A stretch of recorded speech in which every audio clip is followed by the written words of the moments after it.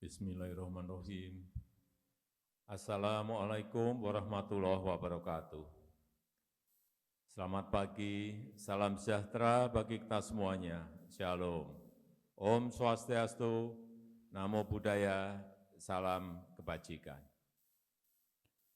Yang saya hormati, yang kita cintai bersama, Presiden kelima Republik Indonesia, sekaligus Ketua Umum Partai Demokrasi Indonesia Perjuangan,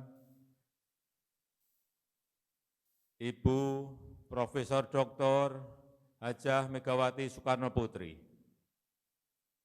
Yang saya hormati Ketua MPR RI, yang saya hormati Ketua DPR RI, yang saya hormati Wakil Presiden Republik Indonesia, Bapak Profesor Kiai Haji Ma'ruf Amin, yang saya hormati Sekjen PDI Perjuangan beserta seluruh jajaran pengurus DPP, DPD, DPC, PAC, ranting, anak ranting, dan segenap keluarga besar PDI Perjuangan yang saya cintai. Yang saya hormati para Menteri Kabinet Indonesia Maju, hadirin dan undangan yang berbahagia. Pertama-tama saya mengucapkan selamat hari ulang tahun ke-49 PDI Perjuangan. Alhamdulillah, saat mencapai usianya ke-49, PDI Perjuangan telah berhasil menjadi partai politik terbesar di Indonesia. Merdeka! Menjadi partai politik yang konsisten, memperjuangkan kepentingan rakyat kecil, konsisten, memperjuangkan kedaulatan negara dan kemandirian bangsa. Ibu Ketua Umum, Bapak Ibu keluarga besar PDI Perjuangan yang saya hormati. Pada kesempatan yang berbahagia ini, atas nama masyarakat, bangsa, dan negara, saya ingin menyampaikan terima kasih yang sebesar-besarnya atas dukungan dan bantuan PDI Perjuangan dalam menyiapkan kebijakan-kebijakan dan dalam menghadapi masa-masa yang tidak mudah, masa-masa yang sulit akibat pandemi COVID-19. Alhamdulillah, puji syukur kita panjatkan kehadirat Allah Subhanahu wa Ta'ala. Kita berhasil mengelola tantangan kesehatan yang sangat kompleks ini. Kalau kita lihat di bulan Juli, kita betul-betul pada posisi yang penuh dengan kengerian, dengan angka kasus 56.000 per hari. Dan kasus konfirmasi per 9 Januari kemarin, tahun 2022, sebanyak 529 kasus, turun 99% dari puncak di bulan Juli yang lalu. Ini patut kita syukuri. Vaksinasi juga terus dipercepat. Kita tahu Indonesia masuk 5 besar negara dengan jumlah vaksinasi terbanyak di dunia. Sebanyak 288 juta dosis vaksin telah disuntikkan kepada rakyat kita. Dosis pertama telah mencapai 81%, dan dosis kedua telah mencapai 56%. Dan 29 provinsi dari total 34 provinsi telah menyuntikkan dosis pertama mencapai target di atas 70%. Ini juga perlu kita syukuri. Walaupun kita berhasil mengendalikan pandemi, namun kita tetap harus hati-hati, tetap harus waspada terhadap kemungkinan risiko pandemi karena adanya varian Omikron seperti tadi yang disampaikan oleh Ibu Mega.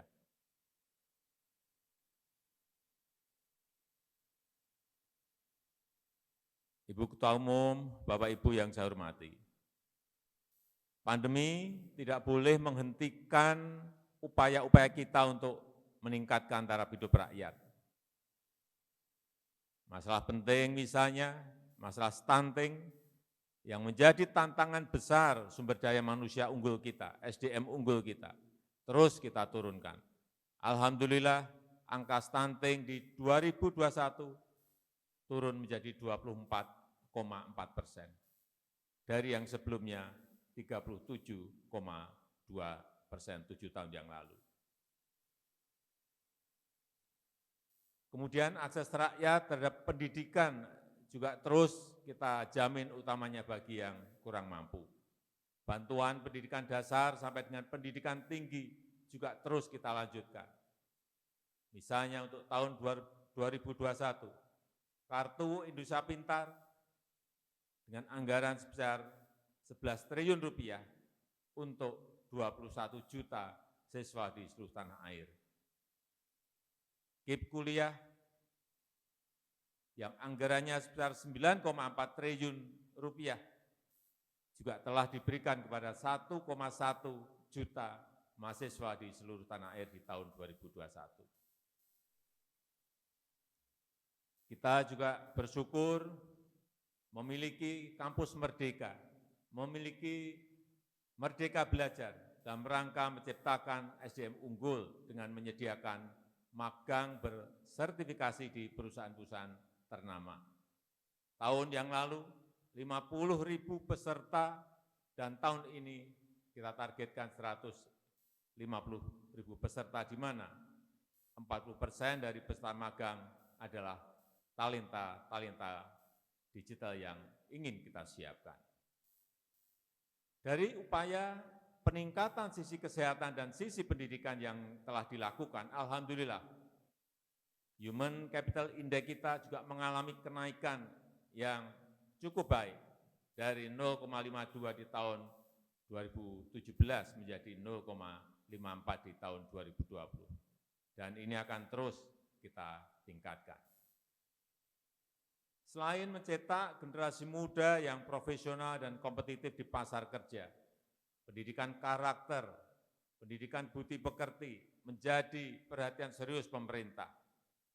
Kita harus bersama-sama memperkokoh pendidikan Pancasila, dan ini telah dibumikan oleh BPIP yang terus-menerus ke seluruh penjuru tanah air melakukan pembumian Pancasila, menjaga toleransi antar anak bangsa dan meningkatkan persatuan dan kesatuan bangsa, serta meningkatkan sikap gotong royong masyarakat yang terus akan kita gelurakan. Karena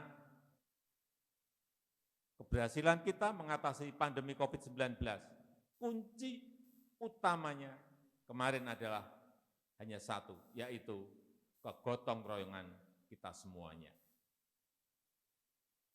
Walaupun dihadapkan pada globalisasi yang tinggi, arus informasi yang kuat lintas negara, kita patut bersyukur karakter kebangsaan kita tetap selalu berada pada posisi yang kokoh. Nilai-nilai luhur yang diwariskan oleh Bung Karno dan para pendiri bangsa lainnya terus kita perkokoh.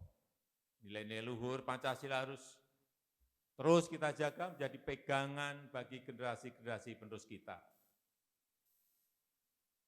Ibu Megawati, Bapak Ibu sekalian yang saya hormati,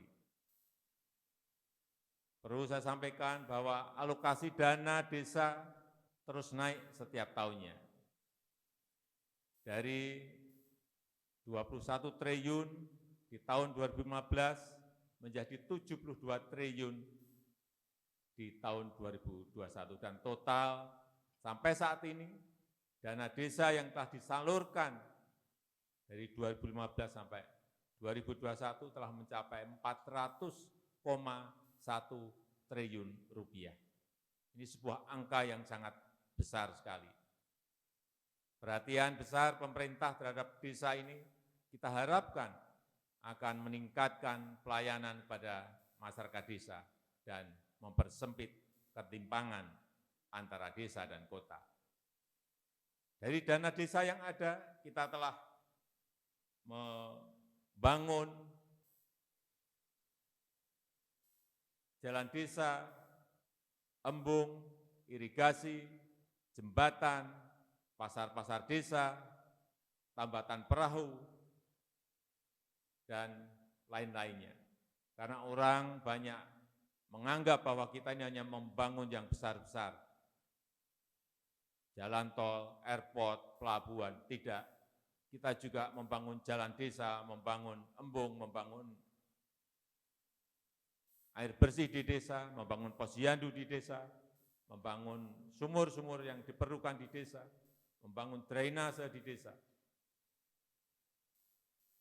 Karena ini infrastruktur yang dibutuhkan oleh desa-desa kita. Selain kita membangun infrastruktur besar, yang ini akan juga membangun sebuah peradaban, mempersatukan negara kita, menciptakan lapangan kerja, dan juga menciptakan titik-titik pertumbuhan ekonomi baru di seluruh tanah air. Ibu Ketua Umum, Bapak Ibu sekalian yang saya hormati, pemerintah juga terus berkomitmen dan bekerja keras untuk membangun kemandirian bangsa dan memperkokoh kepemimpinan Indonesia di masyarakat internasional. Hilirisasi industri, industrialisasi akan terus ditingkatkan. Karena kita tidak ingin sejak VOC, kita selalu mengirim bahan-bahan mentah, mengirim raw material ke luar negeri.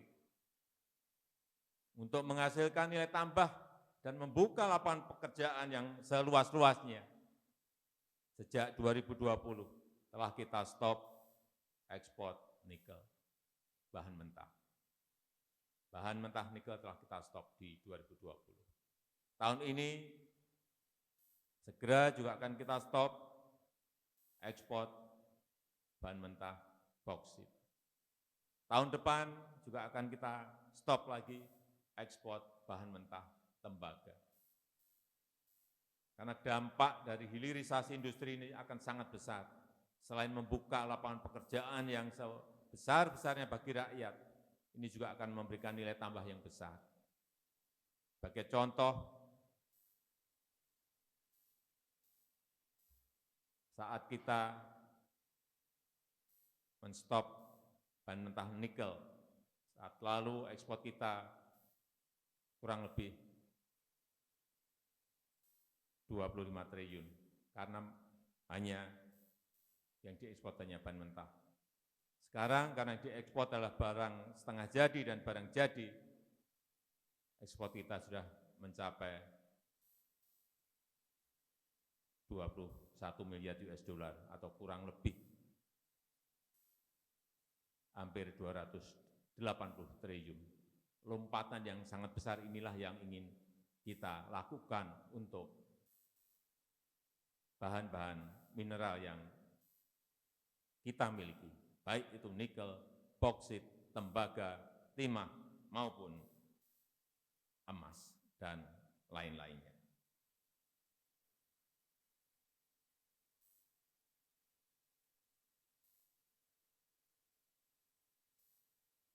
Ibu Mega, Bapak Ibu sekalian yang saya hormati, tahun ini Indonesia juga mendapatkan sebuah kehormatan, kepercayaan internasional, yaitu menjadi keketuaan G20, presidensi G20. Yang ini akan kita manfaatkan untuk memperjuangkan kepentingan Indonesia dan juga kepentingan negara-negara berkembang. Indonesia akan terus berjuang untuk membangun tata kelola kesehatan, tata kelola ekonomi dunia yang lebih adil, yang lebih kokoh dalam menghadapi ketidakpastian dan kompleksitas masalah yang semakin banyak di dunia. Kita akan mengulang dan memperkokoh kepemimpinan Indonesia yang dulu pernah dilakukan oleh Presiden pertama kita, Bung Karno. Sekali lagi, terakhir, saya ingin menyampaikan sekali lagi, selamat ulang tahun PDI Perjuangan yang ke-49. Semoga PDI Perjuangan semakin besar dan semakin jaya. Terima kasih. Wassalamualaikum warahmatullahi wabarakatuh. Om Santi, Santi, Santi Om. Merdeka! Merdeka! Merdeka! Merdeka! Merdeka!